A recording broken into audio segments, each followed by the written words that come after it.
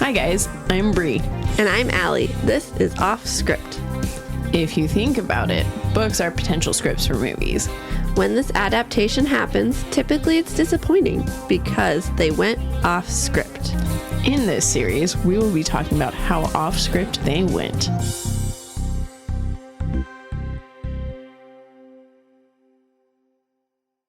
Hello And welcome to Offscript. a podcast We read books and watch the movie. and tell you about it. Yes. And this is our 50th time doing it. But I'm Bree first. And I'm Allie.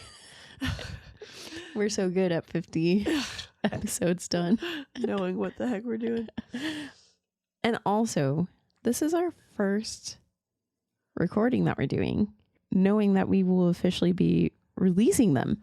Yay! Yeah, I'm that's so exciting. excited. Yes.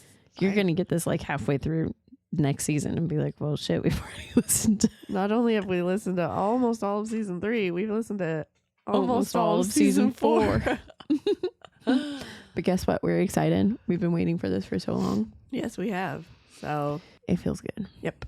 What's our picture for them? Our picture is just we're excited. We're recording and it's Gonna get gonna released. get released. Woohoo! That's my picture. I love it. Okay. Perfect. Let's go. All right, let's do it. Source synopsis for Allegiant. It is set in a post-apocalyptic world in dystopian Chicago, and this. Maybe restart. Oh, 'Cause just let me go. It's not really a post-apocalyptic world. It's just Chicago. Set in a post-apocalyptic and dystopian Chicago.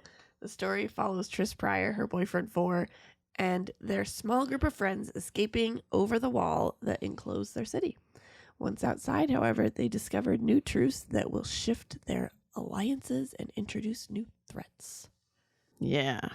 That one was really hard because I had to figure out how to make it match the book and the movie. Yeah, because those are they're just two totally different monsters, unfortunately. It's like the book went one way. And the movie was like, screw you. I'll take your name. Not anything else. Good. So irritating. Anyways. Frustrating. All right. So the author is Veronica Roth, director Robert Schwinky, writer, screenplay writer Noah Oppenheim and Adam Cooper and Bill Collage, and audiobook Rita. I'm going to be British for this. Do it. Audiobook Rita, Emma Galvin, and Aaron Stranford. That was pretty good. Stanford? What did I say? Stranford. Oh, I think your British accent got in the way. I think so too. But also, how did they have 3 screenplay writers and they still screwed this up so bad? So true. But then they had Aaron Stanford, so they had a new audiobook reader because 4 has his own chapters in this book. Yes, he does. Oh, Interesting. wonder why. No idea. All right, so the book came out October 22nd, 2013. The movie came out March 18th, 2016, and that is a 3-year difference. Yeah. I had just found out I was pregnant. Oh, funny. Fun fact. I was wondering what that pause was. I know. I was like, 2016? March? Yeah. All right. So what did you do first? Did you read it or see it? I almost said saw. What the fuck? That was me. I saw it first. Yeah, I read it first. Ooh, let's see. Yeah. What's the verdict there here. you go. So, All right. Your initial thoughts? yeah. So fucking stupid. They give you a book to go off of. You don't even follow the storyline of the first 2 movies. No, yeah. I can't answer this one yet because it's so different. I feel like it'll give away which one I like better. And I want to keep it a surprise for you. I know, and I'm really nervous because I made you watch the movie first. I think I know which one you'll like more. I guess we'll see. We're losing all of our listeners who actually like this movie. I know. Sorry, guys. I love this book. So All right. You guys, also, I'm like starting to get sick. So obviously my voice, can you hear it? yeah. Yeah. Drive me crazy. Anyways, sorry about that. Do you want maybe like hot water? That sounds disgusting. Okay. Well, I was thinking like hot water with like lemon or honey because that helps your throat. I know. I usually do like apple cider. Mm-hmm. I have apple cider. Do you? Yeah. All right. It's time for Allie's. Hold on. What? Why did we pick this book? Gosh, I just want to do it. No. Why'd you pick it? Because I freaking love this book series so much. It's honestly one of my favorite young adult series. I think it's so good. And I knew that this one specifically would probably be one of the best books for us to cover. Even though I didn't want to, I was really nervous to do this one because I just knew how different it is and how much it sucks. Oh, okay. Alrighty. Let's do it. Allie's super fun facts over here. All right. Number 1. Like many other adaptations of young adult novels like Harry Potter, Hunger Games, Twilight, they planned on splitting the last book into a series. Wait, let me try that again. They planned. I was like, hold on. The plan was to split the last book in the series into 2 films. Basically, this movie was supposed to cover the first half, and then the second movie would be the second half.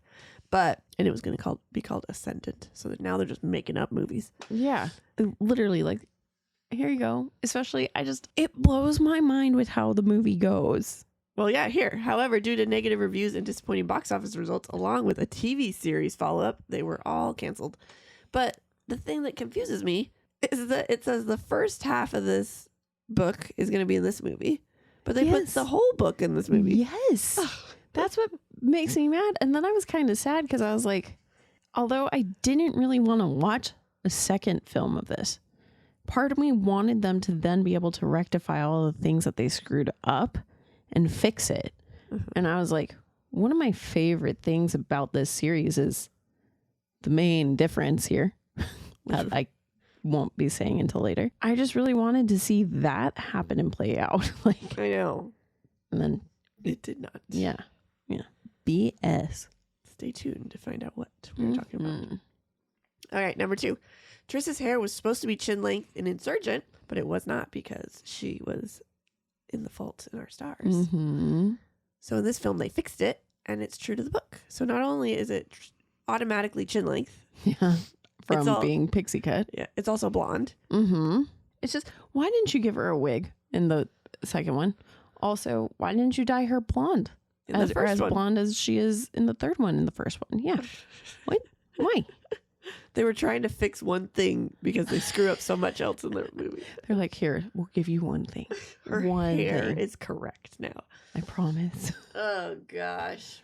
This one, we actually just rewatched the movie. And so this is false. So IMDb, you failed me here. Yeah. The fact they gave me was, although credited, Kenyon Lonsdale, who plays You're stuck on his last name. I am.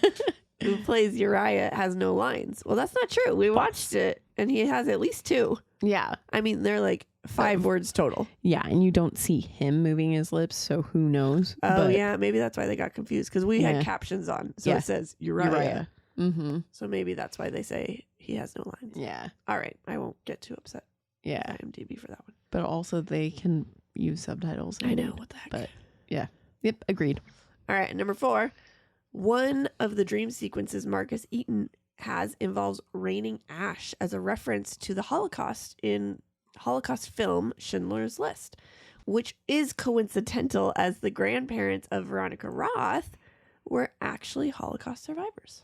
That's so cool. I know. I love that little... I freaking love Schindler's List, too. I've never seen it. I know. It's a book, though, right? It is. It's on our list, and now I might do it sooner. Yeah, I've never seen it. Oh, my God. Well, you're reading that one first, then. Okay. My mind is blown. I've seen Schindler's List like 6 or 7 times in my life. Wow. I love Schindler's List. It's sad. But I because believe of it. that movie, I want to go. Schindler's Grave is in.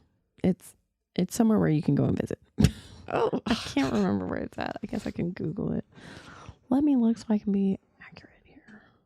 Apparently, I didn't realize this, but Oscar Schindler's Grave is in Jerusalem, and people go and put rocks there all the time to like pay tribute to him for all of the work that he did. It's just so, oh my God. And if you love Liam Neeson, I didn't know he was in it. he's Schindler. Oh, I don't even know what the movie's about. I'm assuming the Holocaust. So he was part of the Nazi party, and he was a German factory owner, and he hired Jews, and he helped them escape Oh, okay. because he wasn't. Rafe is in it too. Wow. He plays the main bad guy. Oh. He's a huge dick. Oh my God. Anyways. I'm so surprised. But yeah, I've always wanted to go there. I've always, World War II is one of the wars that actually like is one of the ones that I actually wanted to learn everything about because I just always felt so bad. And so because of that, I want to go to Auschwitz and go to all those. Yeah. Anne Frank's house. That makes sense. Yeah. Yeah. Mm-hmm. Okay. That's cool. But I freaking love Schindler's List. Yeah. All right. Well, gonna watch it one day.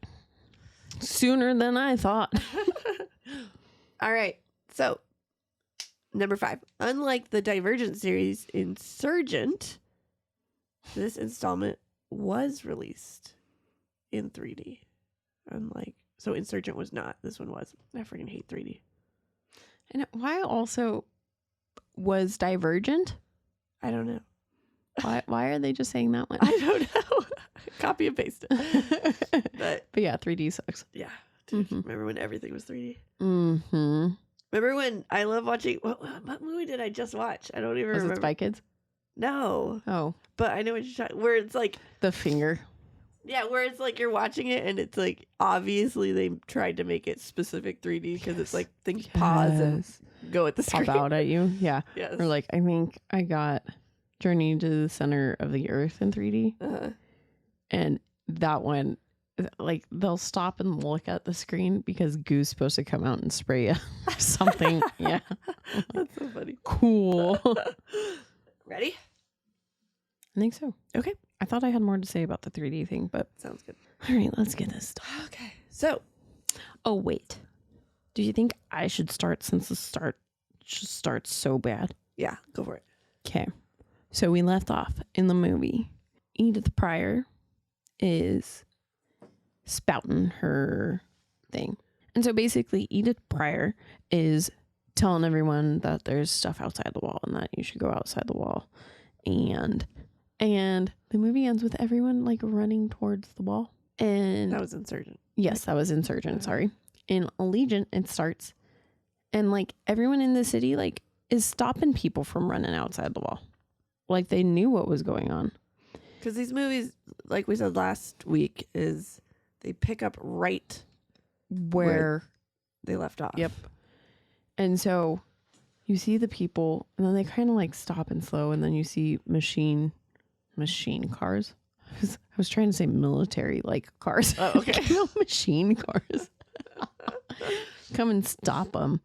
And then it goes to Tris and Four climbing a wall. And Tris saying, or she's asking Four if they actually like think there's something outside of the wall. And she's like, sometimes I see things over the wall.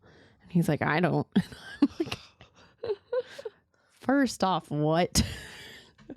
Especially since you'll hear what's about to happen that's way different from Allie. Yes. So Tris is like, I got to get outside that wall. And then the book flips and now it's Tobias's point of view. And he's talking about like what the plan is and how to get outside the wall. And Tris is right now about to get, what's it called? A trial, right? Yeah, because she's arrested right now. In the book. Yes. Not in the movie. No, not in the movie at all. The people who are arrested in the movie are, I always want to call him his actual name, Max and Caleb. And in the movie, after they go through Max's trial, they start calling about wanting to like bring in everyone else that they have just because they're excited to have the truth serum to inject people with. Freaking the factionalists run crazy in the movie. Anyway, so Tobias is talking to Christina, Kara, and Triss about their plan to get out of there. And he's like, you know what? I'm going to tell my mom it's off with Triss because then, it'll be a trick. And, but Triss, you need to beat this truth serum they're going to shoot you up with because that's the only way this is all going to work. Mm-hmm. And so then Triss did a good job. She lied her way through it. They deemed her not a traitor. They let her go. And Uriah and Triss chat for a little bit. And he's like, hey, Tobias needs you. And so she goes down to Tobias. And she's on her way. But while she's on her way, Tobias is currently tricking his mom, saying it's over. And she told him about the Allegiant, who are these people that are going against her and the factionalists who want the factions still. And she's like, Tobias, you need to figure out who these people are and get all the information. So in the movie, obviously, the stupid trial thing is not happening. And after Triss and Four are on the rooftops talking about if there's anything outside the walls, they go in to be a part of everyone else's trial. And when Triss walks in, Joanna, who is the leader of the Allegiant, is in the area with the factionless. Same with the leader of Candor. He's there too. But Joanna stops Triss and is like, you should be up there with the other leaders. And this is when this whole leader conversation kind of happens with her that was supposed to happen in Insurgent. And it wasn't even with Joanna in Insurgent. It was with the Dauntless people. Right. What? My next note says, what the fuck? I knew it was bad, but this is bad.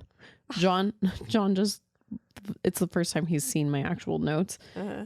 And I was flipping through this and he was like, wait, did you actually write what the fuck? Like 4 times I just saw it. Yes, I do. When I'm really upset at a movie, that's what I do. So Triss, this is part of the story now. Triss is part of the story. She goes and finds Tobias and they go on like this weird date thing and they end up having really great conversation. So that's good. Mm-hmm. And they're like, you know what? We need to stop lying to each other. And then they end up making out. So great. Toxic relationship. Good job, guys. Great. And then Tobias is turn and he noticed like something's off. Something weird is going on. And then there's like gunshots all over the place. And Edward ended up dying right here, which reading, because I watched it first. Yeah. I was like, what? Because he is the main bad guy in the whole entire movie. Well also it's Edgar. Yes. Yes. Oh my gosh. And so I was quite shocked at that one. Yeah. No, he's the main bad guy that Yes. just keeps chasing after them. And so Tobias brings him to the hospital. His mom's so sad because she just loved Edward's. I almost said Edgar. I heard it. Edward so much. And she's like, I have no idea what's happening. But Tobias could tell she was lying. Mm-hmm. That does not happen in the movie because it doesn't happen in the movie. Okay. That's a good reason. Yeah. All right. So we're with Triss now. And Triss was not okay with Tobias's mom when she's like, no factions. She's like, this is the stupidest idea. And that's funny because in the movie, she's all for no factions. Right? Yeah, she literally goes to the council people and says it. Gosh. Oh my no. So she's kidnapped by the Allegiant, like she's on her way home. Kidnapped by the Allegiant, and they said that she needs to come back tomorrow and meet with them, and they're going to discuss stuff. And she gets a note from Tobias that Caleb's decision for his fate, what's going to happen, death or banishment or sort of being let go or whatever, is tomorrow. That doesn't happen in the movie. Okay. They go to the meeting space. And Tobias shows up and he gives the news that Caleb is going to be executed. And And they listen to the leaders, Kara and Johanna, and the leaders of Allegiant. And they say, we want a lot of Dauntless because you guys are the tough ones and we need help. We got to get out of the city. And unfortunately, Peter's one of the Dauntless that's helping. And Triss is pissed off, which, rightfully so. Mm-hmm. But the plan is to leave tomorrow night. Yeah, that doesn't happen in the movie either. Okay. With Tobias now. Tobias and Triss kiss. And then he's like, hey, I'm going to go get Caleb out of prison. And... okay.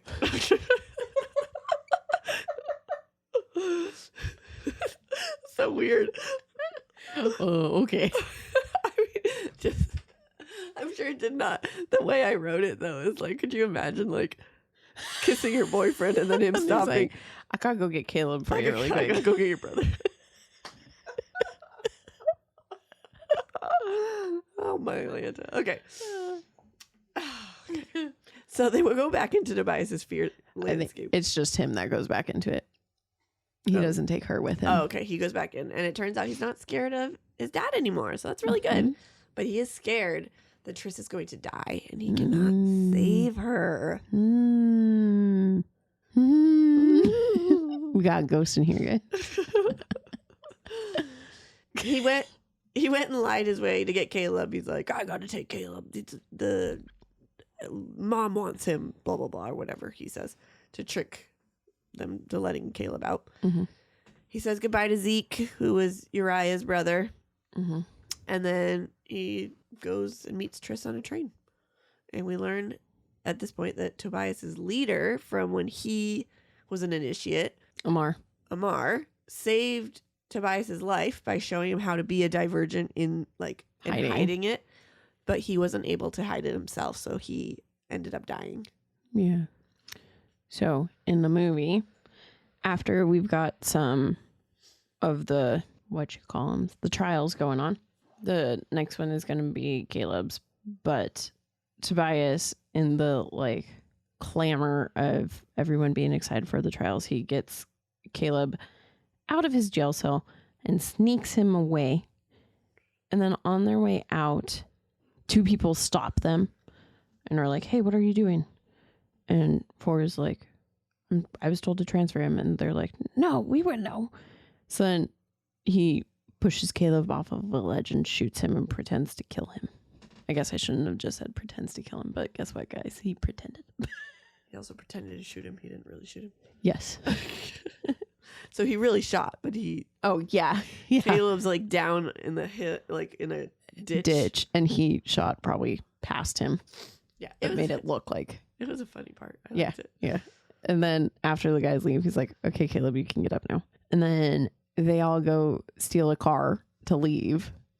And when they're leaving, Peter runs up to them and is like, hey guys, I want to come with you because I don't really want to stay here with your crazy mom who's gonna run this place crazy and into the ground with all the factionless. And they're like, no, we don't want you along. And he's like, well, I could just yell, help, help, they're over here, they're getting away. So then they stop and are like, okay, come with us. And then they reach this weird border patrol thing that the factionalists have up apparently. And Ford's like, oh, we got the orders to move this prisoner. And then Christina comes from the other side with a note for them for the move. Oh. I was like, what? That makes no sense. But whatever. Also, in the movie, the big difference here is when Tobias gets Caleb out of prison, it's his idea in the book. But in the movie, Triss is the one who's like, we should probably save him. So they all meet up with the Allegiant, and then they go off, and they're trying to get outside the wall, and all of a sudden they hear gunshots.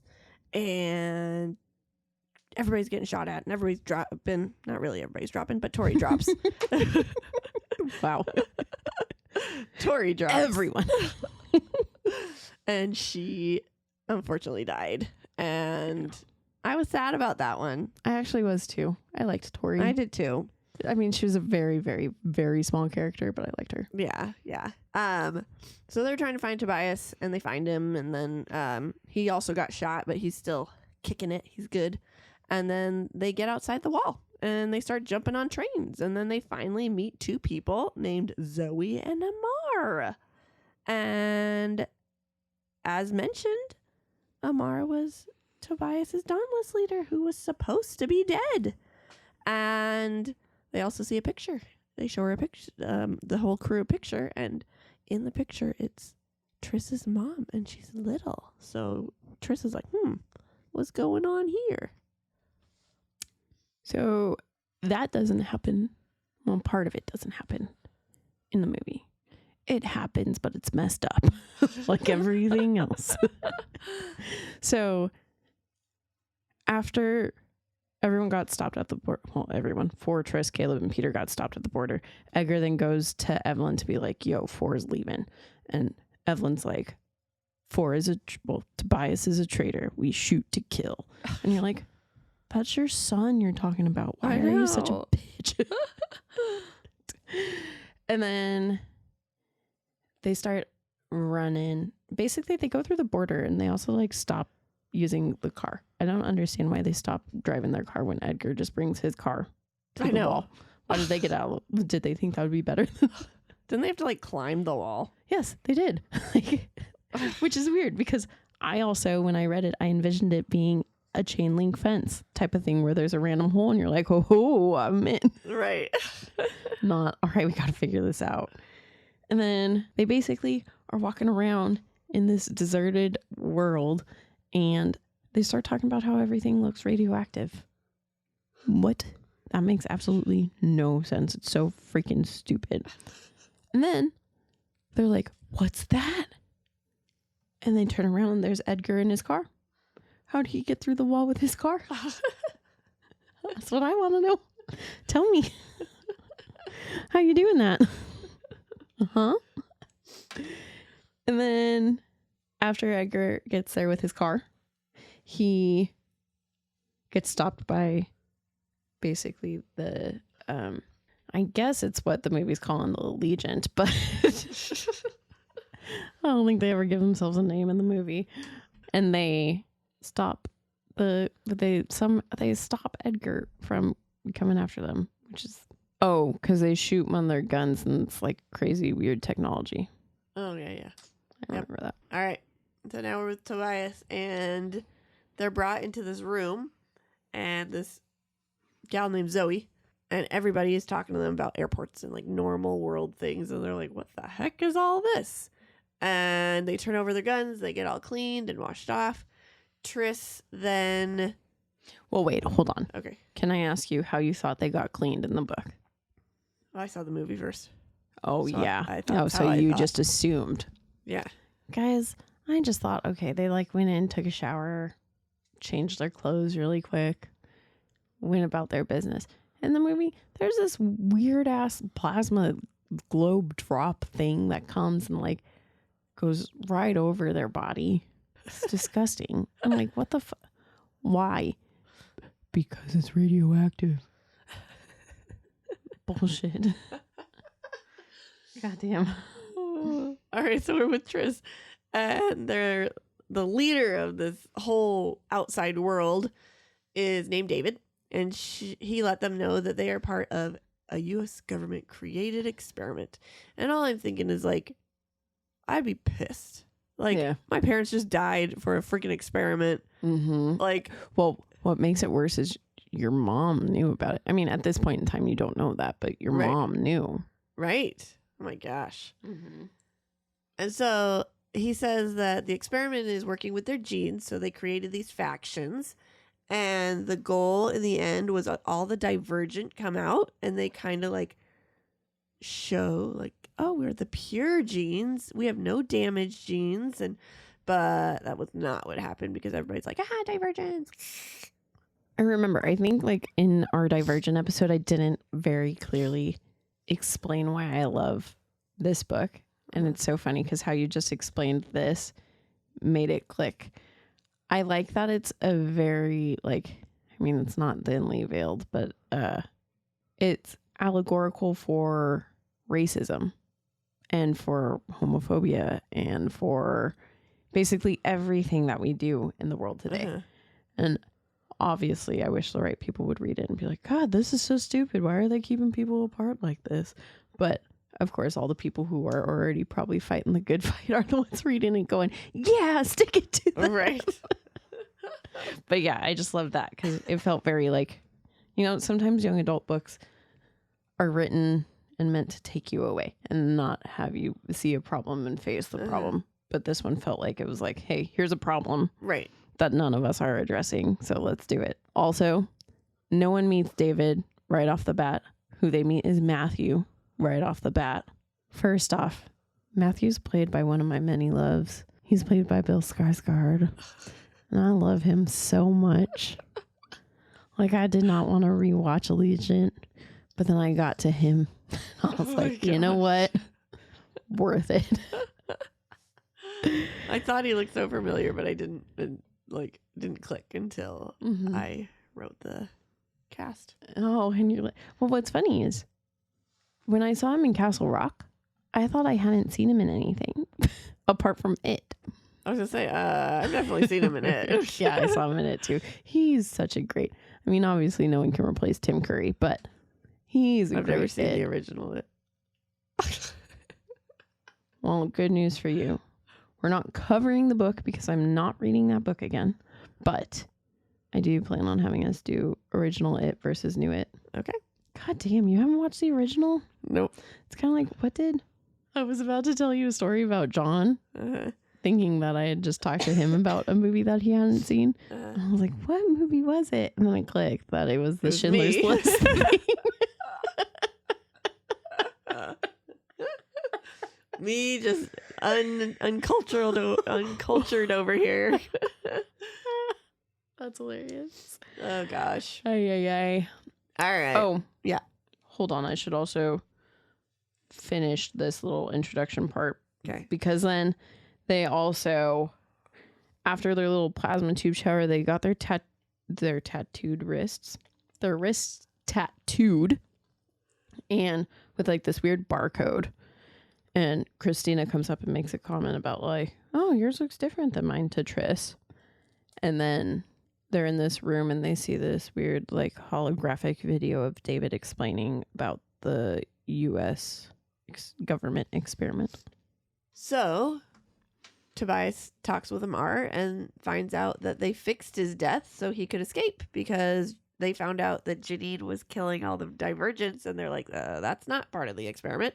So he basically come on the outside to help out the inside, or that was the plan. And we also find out that Tori's brother is there.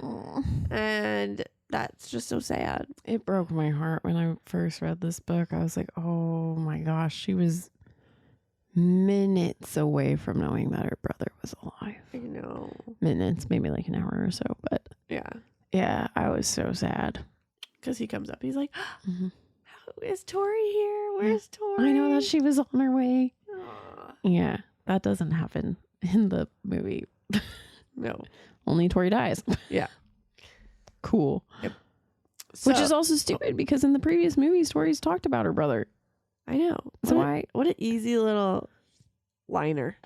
Yes. One liner. Have a guy come up and go, where's Tori? And then brother. It all clicks. Yeah. Whatever.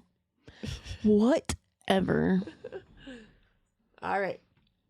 So Tris is talking to David about her mom because we find out her mom actually was from the Bureau, which is what they call the outside world. And at 16, they put her in Dauntless because she had tattoos already, and so she'd fit there. And he gave Tris one of her old journals. And at this point, the Bureau's Matthew, right? Yes. Is asking Tris if he can test her because he's never tested anyone this far into the program. He wants to test all her genes and everything like that. I wish this storyline came into play too. I know. Matthew's just kind of there in the movie. I know. Thank God they kept him because then we got Bill Skarsgård. But still.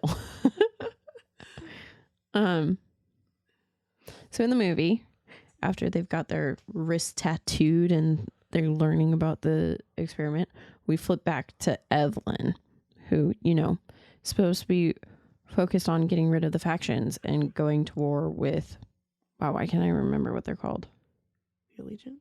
Those are the Allegiant. Okay. I messed up when I said the people met up with them. They were not the Allegiant. They were these bureau people. But anyway. Oh. So rather than focusing on this war with the Allegiant and getting rid of the factions, she's more worried about getting Four back because she doesn't want him out in the real world. Why? So then in the movie, we go to Triss getting to go meet David, or Matthew taking her to go meet David because she's the one that opened the box. And so she gets to go meet the director because she's special. No damaged genes for her. Nope, not at all. And then my next note is that I never imagined the story so futuristic. Every time I read it, nothing seems futuristic to me at all. Yeah, I didn't, when I was reading it, not at all. I mean, I like the futuristic aspect of it, but this one was very, very this one was like futuristic compared to the other one. Yeah, I'm like, whoa, what the hell? Also, if you're that futuristic, why is your little experiment so far in the past? Like, why don't they have some of your technology? Right. Whatever. You guys are even more assholes than in the book. But anyway, so then David and Triss are talking, and David is like, you're the only genetically pure one. What the fuck? That's not the case in the book at all. At all. Literally, my next note is what the fuck. Not even just me saying it because I was pissed.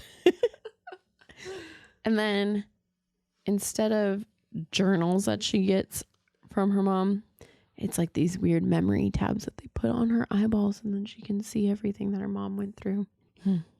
Oh, also, my next note is they legit make Triss such a hero in these movies because after she sees the journals, David's like, you helped us save a city. Now help us save the world. Such a cheesy line. It really is. It's so bad. Every time when I made John watch both of these, he literally every time would be like, how did they get some great actors to say some of the worst lines ever written?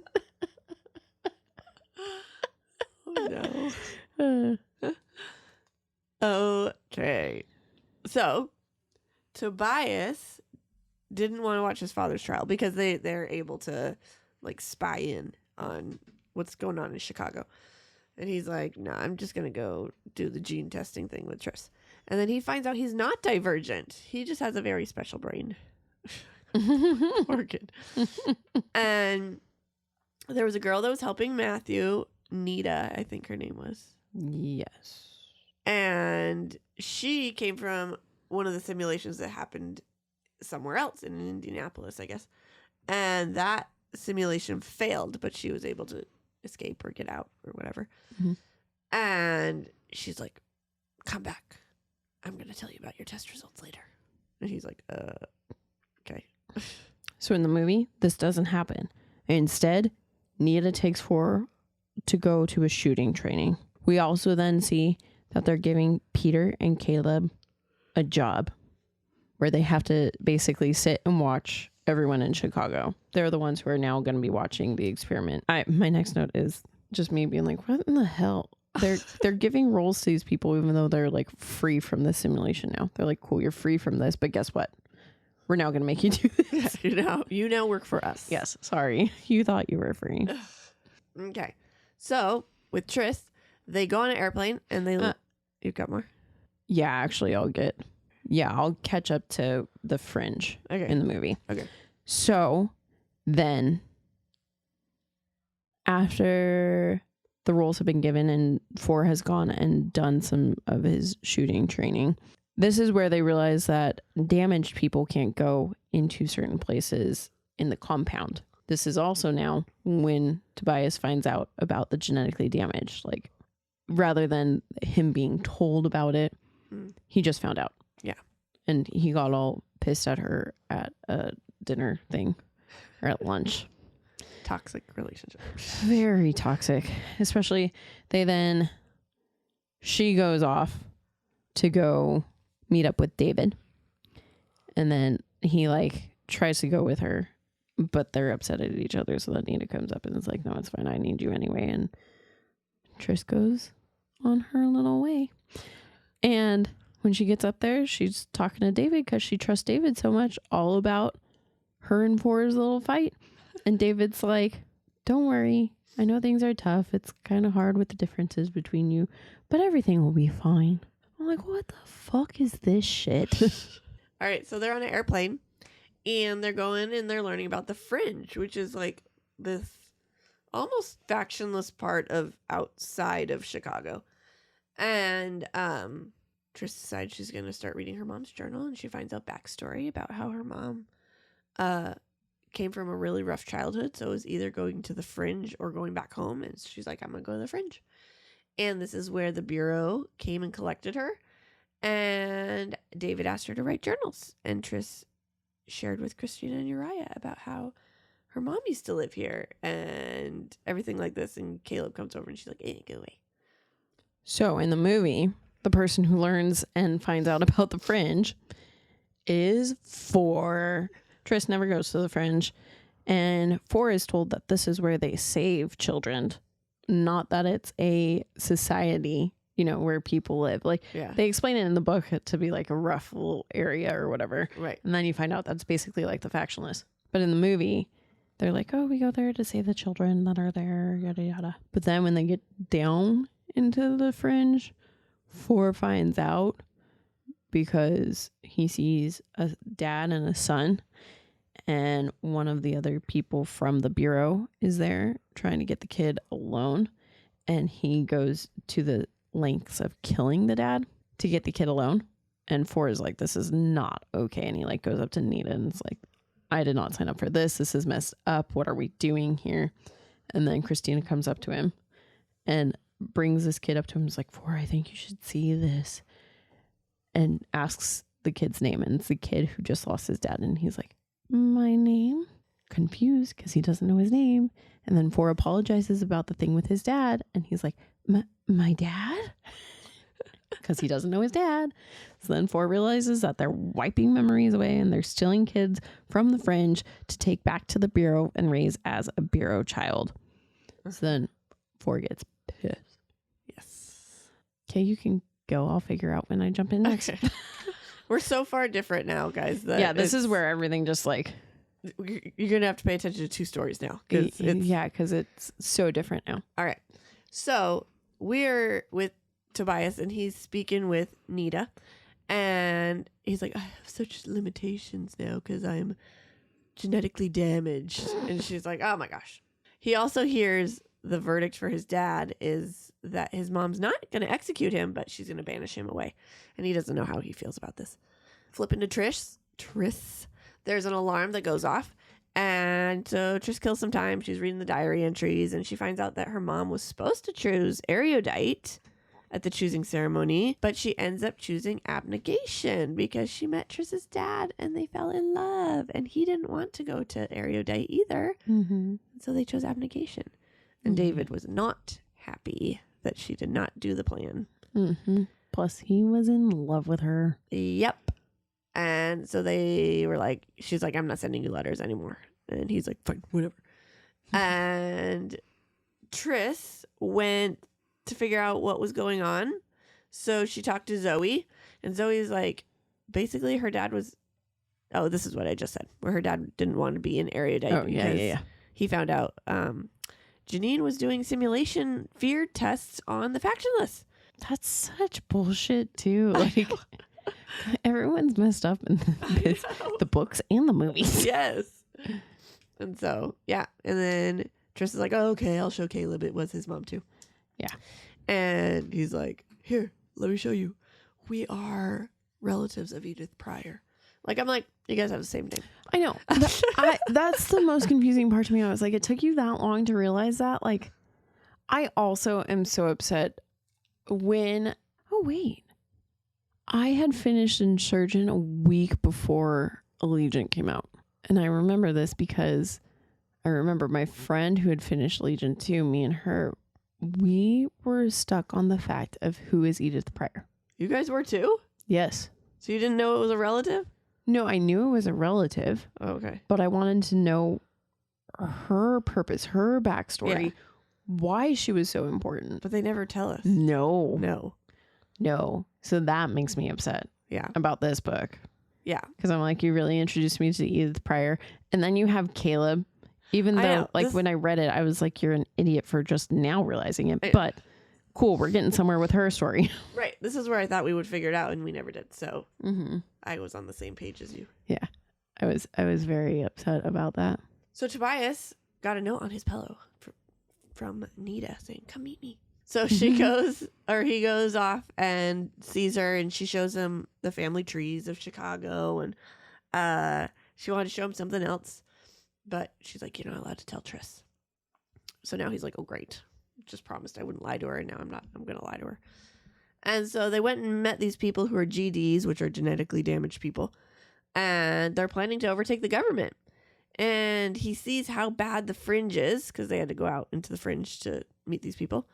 And he hears how it's all the GD's fault. And he's like, well, I'm genetically damaged. So he's like, this is all hitting home to him more.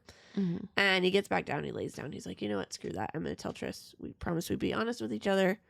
And she doesn't need my protection, which was Nita's reasoning for her not knowing. Because she's like, she's in danger if she knows. And so he's going to tell her. That doesn't happen in the movie. So Tobias wakes up and shares about Nita. And Tris is super jealous. But she's like, okay, I'll go meet her tonight. Of course she goes meets her if she's jealous. Well, yeah. Hello. And so they all go meet up and they learn about a war that's been covered up in history. And the government gave Janine the serum that was controlling Tobias in the first book. And Tobias plans to destroy the memory serum because David's going to use it to wipe out the rest of the system. And that's the plan. I just realized I think What?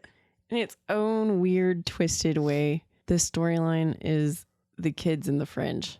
The memory serum. Uh-huh. He wants to destroy the memory serum that David's going to use to reset the system. Yeah. In the movie, it's memory serum going into the children. It's like the movie tried, Yeah. but it missed the mark so bad. Okay, so we got Tris, and she's upset. She's like, I don't trust Nita. And then they had to fight again. Tris decides to go confide in Matthew, and she tells Matthew that she heard something from, and he's like, was it from Nita? And then he tells Tris all about how they're trying to get the death serum is their main plan. And she's like, what? And as they're running to stop them, there's a giant explosion and it hits Uriah. And it turns out another giant battle's happening because of Nita and everybody. They're trying to get the death serum. And they end up, David ends up getting shot a couple times. He's still alive. Nita and the rest, including Tobias, were arrested. And Tris went to see if Christina's okay because she is freaking out because she and Uriah were basically a thing. Poor Christina. The third guy Yeah. of hers that is on the brink of death. This poor girl. I know. And Tris goes to find Tobias because he's arrested right now. Yeah, that does not happen in the movie. No, it does not. There is no death serum even in the movie, which I'm like, how? What? Okay. Third. It's just the memory serum. So Tobias went through all this questioning, right? Figure out what happened. And they deemed, you know what? You really didn't know what was going to happen. Okay, you're free. You just have parole. And then Nita is going to prison. He's like, wait, you're not going to be executed? Like, because like that's a go-to thing in Chicago. And she's like, no, capital punishment's not allowed for GDs because, you know, we can't be set to as high standards as the pure. And I was just like, oh my gosh. I mean, I'm glad she's not being executed, but Yeah. the But standards. that's also thing. super stupid. Yeah. Yeah. Doesn't happen in the movie. Nope. So Tobias went to the control room and he decides, you know, I just need to calm down and watch Chicago for a bit. And he sees Johanna and his dad making a deal. So the opposite of calming down happens. He gets pissed off. Mm-hmm. And then he sees Evelyn crying, and he's like, why is she crying? What's happening? Yeah, and that does not happen because Evelyn is on a rampage trying to find Four. Yep. Not because she misses him. Nope. So, man, a lot is happening in the book, and not, like, you can't jump in at all yet. I'm like at the end of the movie. Oh, Yeah, okay, then I'll just keep going. basically. Yeah, I keep trying to like, where would be a good time to do this? But, oh, I know where this will be a good time to do this. Okay, yeah. Keep going. Yeah, you got to keep going for a while. Oh, gosh. Okay. So Tris and David have a meeting, and David invites her to be a trainee on the council. Okay, not too far. Okay. And she finds out that by blowing up a wall to the weapons lounge, a serum gets released, and if it's absorbed through the skin, it's like super painful. It causes death. Basically a death serum, but not the death serum. Or is it the death serum? It is the death serum. It is the death serum. Okay. And it's just a, what is it called? Airborne version of it. okay. And so Peter and Tobias are talking about how the world is so big, and it's like, oh, nothing I do matters. Peter's just like down in the dumps right now. Mm-hmm. And Kara got Tobias in a meeting, and they're planning how to get rid of David. And they, like the good guys, are planning how to get rid of David, not Nita and her horrible crew. Yeah. Tris had another meeting with David, and so they ended up Tris and Tobias had a little chat, and they ended up having a fight again.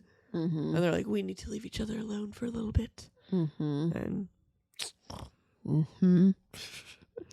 so Tris ends up going to the Fringe with Amar to, learn about that. And there's another guy there. Like, obviously they're going in like a group. Yeah. And someone tries to shoot him. Like this whole battle. Oh, sorry. Hitting my mic. This whole battle. I'm getting He's so excited. excited. I just said he, sorry. Because I was thinking of George. So this whole battle breaks out, and luckily he's wearing a bulletproof vest, so George doesn't die. But the Fringe people took their surveillance stuff, guys. Oh my gosh! And they destroyed it. Tris got George safe. Amar tells Tris that he loved Tobias, and now he loves George, but it's a secret because no one can know about him. And it's just like, oh, I love it. I know. That doesn't happen in the movie. No. So Tobias was looking at the computer surveillance, and he saw the Allegiant rebellion has started. So he's like, crap, we gotta go. Okay. And Tris comes to terms with the fact that I'm willing to forgive Tobias for the rest of my life because I love him so much. And I'm like, oh gosh. And she finds out that David's going to do a memory serum on all of Chicago to reset so that he can keep his experiment going. And she shares this with the group, and they come up with a plan. And you know what? We're going to erase the Bureau's memory instead. Then this will never happen. Okay, this is where I'll jump in. So now, back in the movie, Four has just found out about them taking the kids from the Fringe and wiping their memories. So he's pissed. And he knows that Tris is upstairs in a meeting with David. And so he grabs someone who's genetically pure and just runs with her to let her tattoo let him go where he wants to go. So he goes up to meet with Tris and is like, Tris, this is what they're doing. This is insane. They're stealing kids. They're wiping their memories, killing their families, yada, yada, yada. This bitch trusts David more than she trusts Four, her boyfriend. I know you've only been dating for maybe a few months, but solid relationship right there. Yeah, you're going to really be like, you don't know who David is, and then go with him to Providence. Because also Providence, like, this is where the council is in the movie. The council in the book comes to David. Anyways, so then Tris goes with David to Providence. My next note. This movie is its own thing. It doesn't even touch the book. I didn't make a note of what got said in the meeting in Providence, and I wish I did. But in the meeting, essentially, David's there to boast about Tris and like show like, look, the experiment works. It works. Look at her. And so then the council like wants to hear from Triss, and Triss is there saying how she doesn't want factions and how she hates that they put everyone in these experiments and how there shouldn't be the genetically pure and the genetically damaged and yada, yada, yada. And then basically the council is like, or because she says how the Chicago is basically going to war and how she thinks that if they just stopped with the factions, everything would be fixed. And when the board members is like, oh, but that's David's decision. Like, David has jurisdiction over the Chicago experiment. He's just here to try to get more money from us. And this is when Triss gets pissed at David and stops trusting him. Okay. So we find out that Uriah died. Or he's like on like life support, but basically it's time to get unplugged type of thing. So they agree. The Bureau is like, you can go collect his family so they can say goodbye. And so Tobias asks Amar to help him get onto the compound. And Triss talks to Nita about all the information she can get about this weapons lab. So Tobias and Christina, they come up with a plan on how they're going to get away from the group by like Christina's going to say she has to go pee and slash the tires, and then they have to go find a new car and all this sort of stuff. And so that's how they'll get the memory serum to one of Tobias's parents to stop the battle that's going on in Chicago. Yep. And then they're so excited they figured out a plan that Tristan and Tobias have sex. That doesn't happen in the movie. No. So in the movie now, for some reason, like they say something about how they want to take 4 back to Chicago, but they also then ask him if he wants to go back to Chicago, and he says no. And then the next scene with 4 is he's in an airplane to go to Chicago. And he's basically kind of like a prisoner from the Bureau workers, and Matthew's there too for some reason. I don't understand the movie at all. But next thing you know, Matthew and 4 have decided to start beating up everyone else on the plane. And then the plane starts crashing because they just beat everyone else up. No shit, guys. So then 4 decides that he needs to get back into his mom to tell her that she needs to stop doing what she's doing because she doesn't know what she's up against.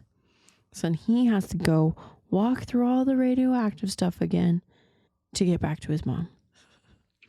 And so Matthew helps him come up with a plan to get back into Chicago. My next note is it's all fucked up. Because then at the crash site, Matthew has been injured in this crash. And so he's getting up and they're like talking about the plan.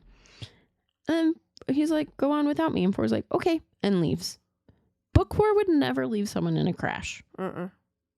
Never. So back to the book. Tristan and Tobias decide that Caleb needs some weapons training because the part of their plan is that Caleb's going to sacrifice himself as punishment because he's been such a dick this whole time. Poor Caleb. I felt so bad for him. I know. Well, the thing too about that whole scene too is that no one was volunteering to do it, obviously. And he literally was like, is this what it's going to take for you to forgive me? Yeah. Not even like, yeah, I'll do it because I want to. It's just, he starts crying basically and is like, I know that the only thing that you want from me is for me to do this.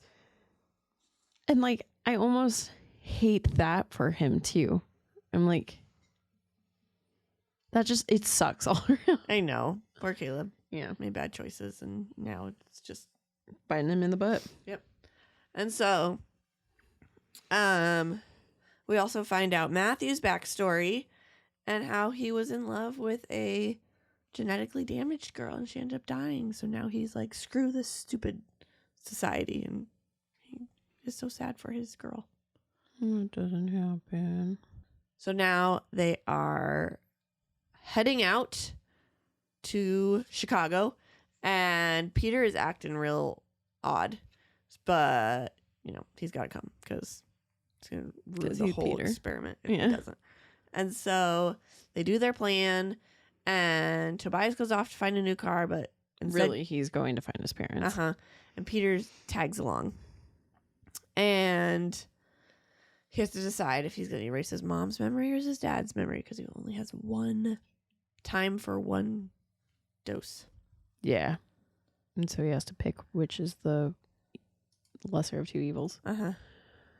So in the movie, this whole movie, Peter has been wanting to smooge up to David because he's sick of his job watching the Chicago experiment. He wants a better job. He thinks that's below him, even though he's damaged. But so finally, now that Tris is upset at David, David's like, okay, I have to figure out a way to just get things, like, we need clean slate. I've screwed up. I need to get this restarted, especially since there's a war going on in Chicago. So he's like, I'm going to wipe everyone's memory, but how am I going to get the memory serum in there? This dude, he wants to be liked so much. Mm-hmm. So he shows Peter the memory serum and then sends Peter on his way to Evelyn. And basically, they put a bag over his head and dropped him at the wall for Edgar to find. And then Edgar brings him in and is like, look at who we found at the edge of the wall.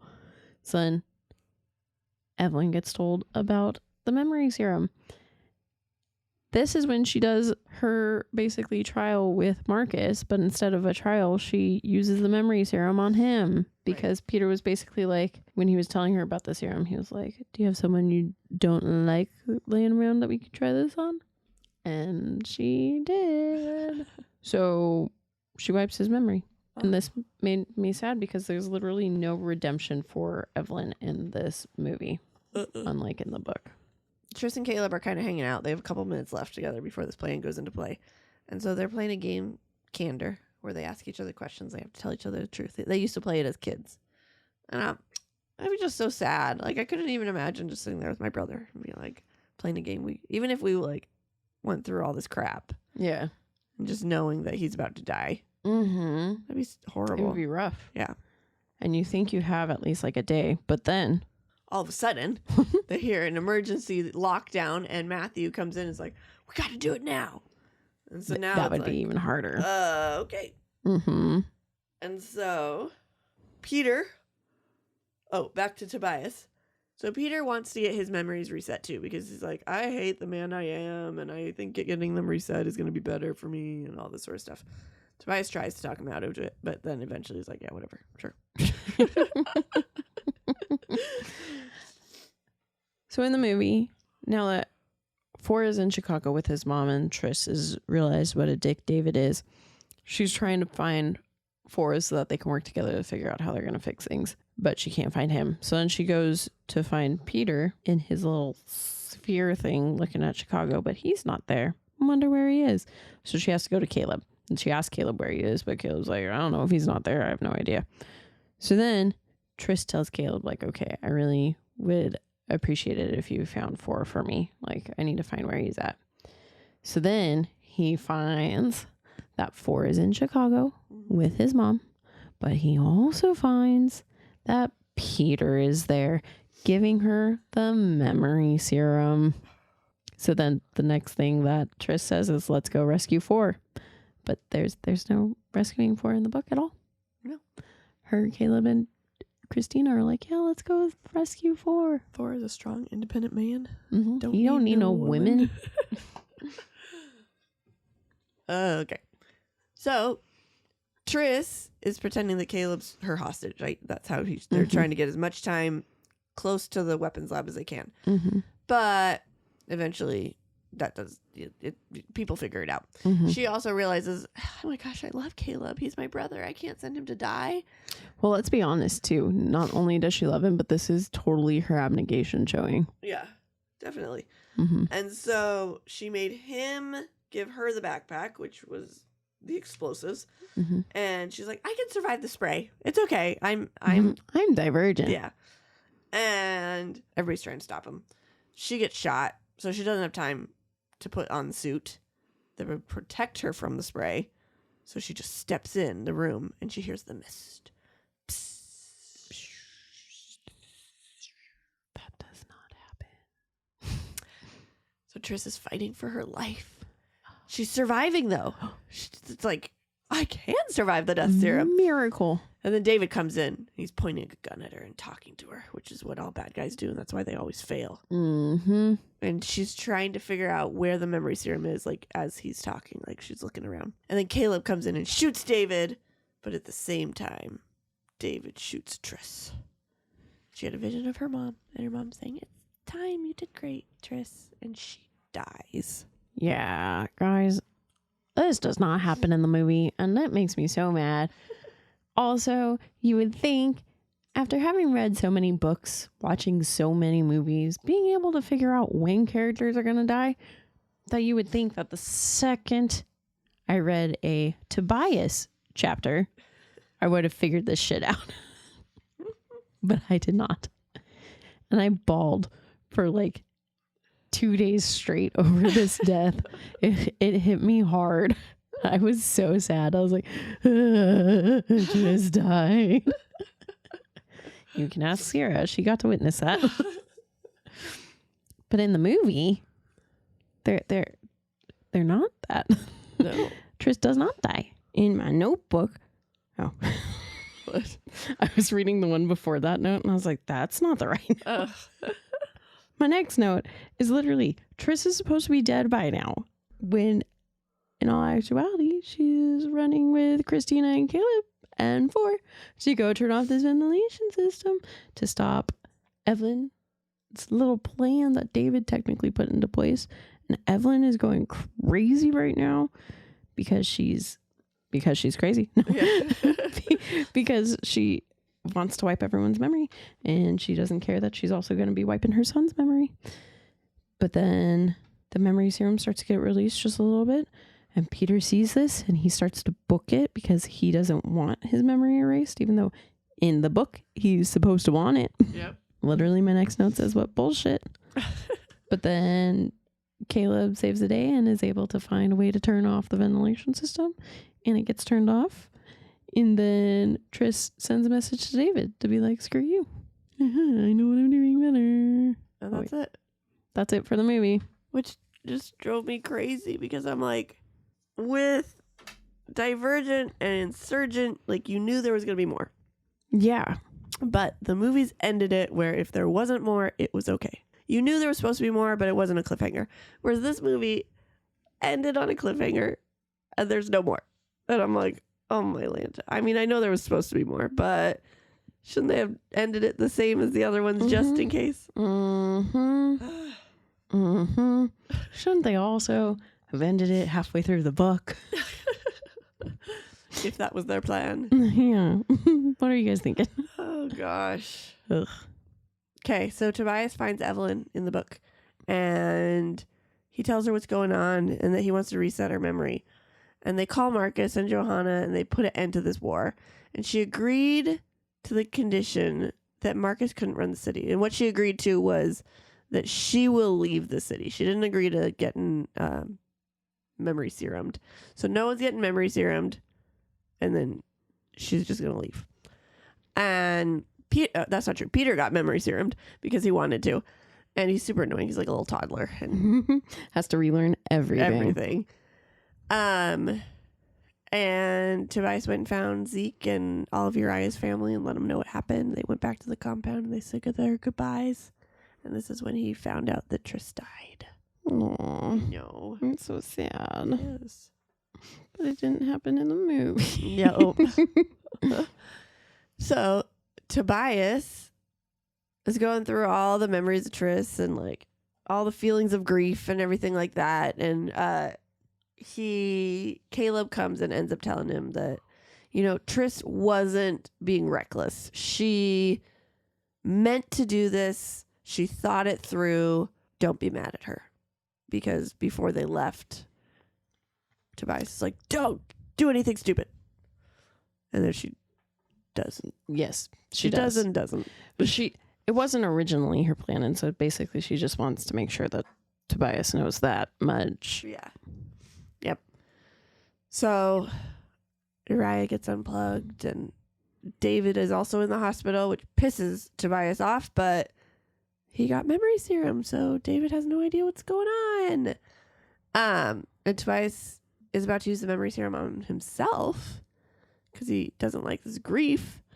And Christina's like, you're such an idiot. She'd hate you for doing that because that's you erasing her from your life and blah, blah, blah, blah. He's like, you're right. And they agree to be friends. So now we're at an epilogue 2 years later. Bum, bum, bum. I don't know why I did that. They are about to get rid of Trish's ashes. Took 2 years, grief works forever. in mysterious ways. Yes. And they're allowing Evelyn to go back into Chicago. And the way they get rid of the ashes is Forrest swallows his fear. Tobias swallows his fear. And he does the zip line and he just lets go of the ashes as he's going down. Could you imagine like being down below and like ashes falling? I hadn't thought of that. That would be disgusting, especially since everyone's like they're waiting to catch him. Me, I just love. It's one of my favorite scenes. I know. I love how he conquers that fear. I love it. Mm-hmm. And that's it. That's the end of the book. Okay. All right. IMDb cast 231 people. It does not feel like that. No, yeah, it doesn't. All right. Well, first we got Jeff Daniels plays David. He did really good. Yeah, I really like him. He's a very good bad guy. And then Bill Skarsgård played Matthew. One of my loves. He was Love him. He was a good nerd. He's so good. He's very versatile too. He's like a chameleon. He can be a scary clown and a nerd. Yep. And a scary serial killer dude. Yep. In Castle Rock. Yeah. I need to watch that still. Oh, it's so good. I wish that one was a book. That would be cool. I would for sure make us watch it. I mean, technically it's based off of all of his stuff, but no, first season was Shawshank, second season was Misery. Dude, so we should watch it and do like a mini-sode on it. Actually, we should. God, it's to the list. I'd be down. Okay. For sure, because it's one of my favorite shows. I wish season 2 ended in a way where you could go on, but it also kind of wrapped things up. And I wish there were more. Yeah. I wish it kept going, but. Okay. Okay. And then we have Nadia Hilker played Nita. She did good for what she was given. Yeah, she was not book Nita. No, not at all. Okay. So you're fine. Yeah, good job. And then, of course, we have to bring it back because this is a series. Talk about our main guys. And that would be Shailene Woodley as Triss. She really is Triss. She does such a good job. She did good throughout the whole thing. Yeah. I wish so much that she got book Triss, but yeah, that's not her fault. I know. And then same with Theo James as For or Tobias. I agree. I think they both could have pulled off book characters very well, but we're not given that. Nope. Is the name of the book and the movie the same? Hell no. Not at all. No, not no. in the slightest. Do the characters stay true to the movie? Can I read that again? Do the characters stay true in the movie to how they are written in the book? No. I almost said yes. What the fuck? Dude, I almost said yes to the first one too. I'm so tired. No, not in the slightest. Nope. Insane. And which do you prefer? And why? I'm about to shock everyone. I prefer the book. What? No idea why. I love this book series so freaking much. And the movie, I'm tired too. So freaking much. And the movies the movies do it no justice. And I hope some studio comes and picks it up and it's like, you know what? We deserve to get a better rendition of this. That would be cool. Yeah. Ellie, what do you prefer? I prefer the book. Holy shit. Mind blown.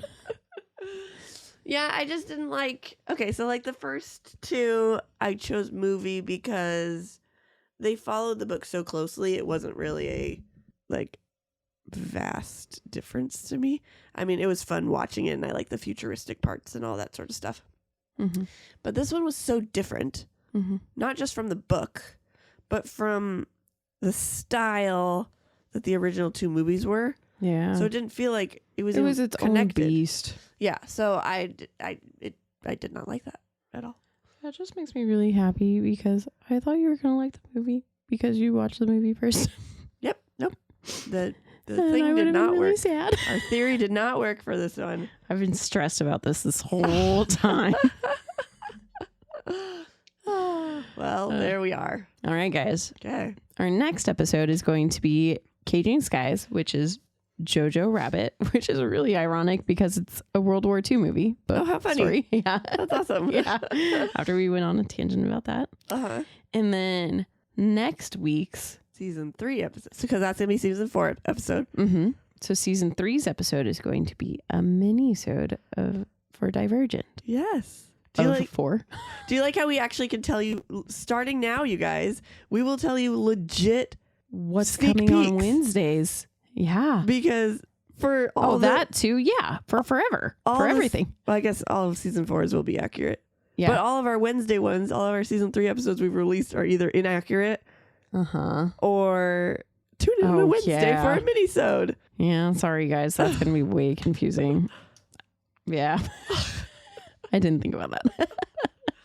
Oh, man. And we can't go delete it because then it wouldn't be like our authentic. And it wouldn't be our, what is it called? Rapport? Or like where we do the same thing. Oh, our routine. Yeah, there you go. And I don't think that's weird, but it's close enough. It's close enough. Mm-hmm. Otherwise, I would say just go delete all that. But then it would just. I know. I was just thinking about that, and then I was like, "That's a lot of work." So. For something you don't get paid for. Yeah, exactly. Sorry, guys, deal with it. But we're gonna have a fun mini-sode, you guys, because we're gonna do something that involves all of the factions. It's gonna be super cool. Yeah, we'll let you know what it is. Yeah. Come take a listen. Yeah. All right, let's end it. All right. With that, Allegiant went off script. It went like super duper uber goober off script. Yeah. Should we say that? Maybe we should. Okay. Let's try it. I'm gonna screw it up. Okay. And with that, Allegiant went super duper uber goober off script. You don't know how hard I had to think about that. I did too. Oh my gosh, you guys. All right, we'll see ya. Bye. Thanks for sticking with us. We hope you enjoyed it. If you did, we would greatly appreciate it if you gave us 5 beautiful stars, reviewed, and subscribed. You can also follow us on Facebook at Offscript, on Instagram at Offscript Podcast 21, and on TikTok at Offscript_pod. Shoutouts to Madame Shen Creations for our adorable logo art. And Adam Daniel for our incredible theme song. And to Creative Cinephile Productions for producing our podcast. See you next time.